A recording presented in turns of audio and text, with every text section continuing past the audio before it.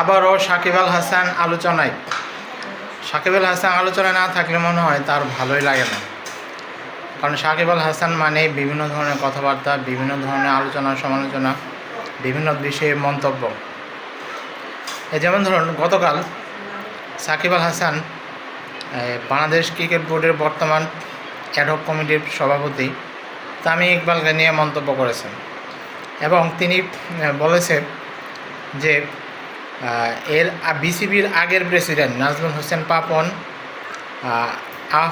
মুস্তফা কামাল, তারা অনেক ভালো বোর্ড প্রেসিডেন্ট ছিলেন।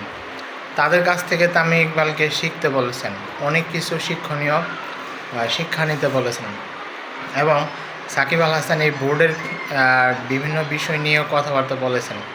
আসলে সাকিব আল হাসান মানে আলোচনা। সাকিব আল হাসান আলোচনায় থাকতে মনে হয় ভালোবাসে, কারণ তিনি যদি আলোচনায় না থাকেন তাহলে মনে হয় তার ভালোই লাগে না।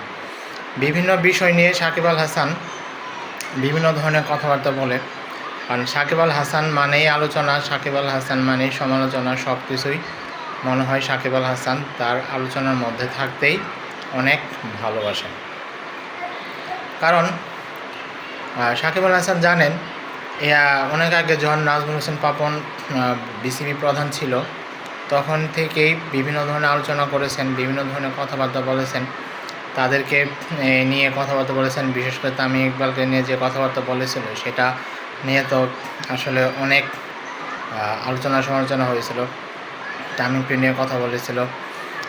সে যাই হোক, আবারও তিনি তামিমকে নিয়ে মন্তব্য করে আলোচনায় চলে এসেছেন। কারণ তামিম ইকবাল এখন তো বিসিবির প্রধান, অ্যাডহক কমিটির প্রধান, তাকে নিয়ে আলোচনা করেছে।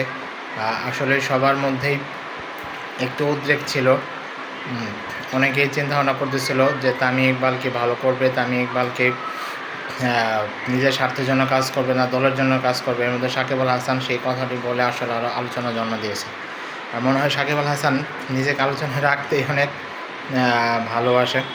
তিনি বলেছেন যে বিসিবির আগের যে প্রেসিডেন্ট ছিল মুস্তফা কামাল এবং নাজমুল হোসেন পাপন, তারা বলে অনেক ভালো কাজ করেছে, অনেক বোর্ডের জন্য অনেক কিছু করেছে এবং তাদের কাছ থেকে তামিম ইকবালকে অনেক কিছু শিক্ষা নিতে বলেছে, অনেক কিছু শিখতে বলেছে। যাই হোক, তিনি তার ব্যক্তিগত মতামত প্রকাশ করেছে, কারণ একজন ব্যক্তি তার মতামত প্রকাশ করতেই পারে।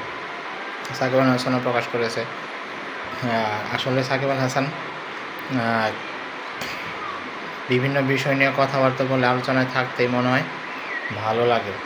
যদিও সাকিব আল হাসানকে নিয়ে অনেকেই কানাঘোষা চলতেছে যে সাকিব আল হাসানকে বিশ্বকাপ যদি বাংলাদেশে খেলে তাহলে মনে হয় বাংলাদেশের জন্য অনেক ভালো হবে, মিডল অর্ডার অনেক শক্তিশালী হবে। দেখা যাক কী অবস্থা হয়।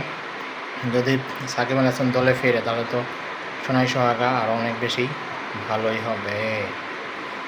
আপনার কী মনে হয় সেটা আপনারা আমাদের কমেন্ট বক্সে লিখে জানিয়ে দিতে পারেন।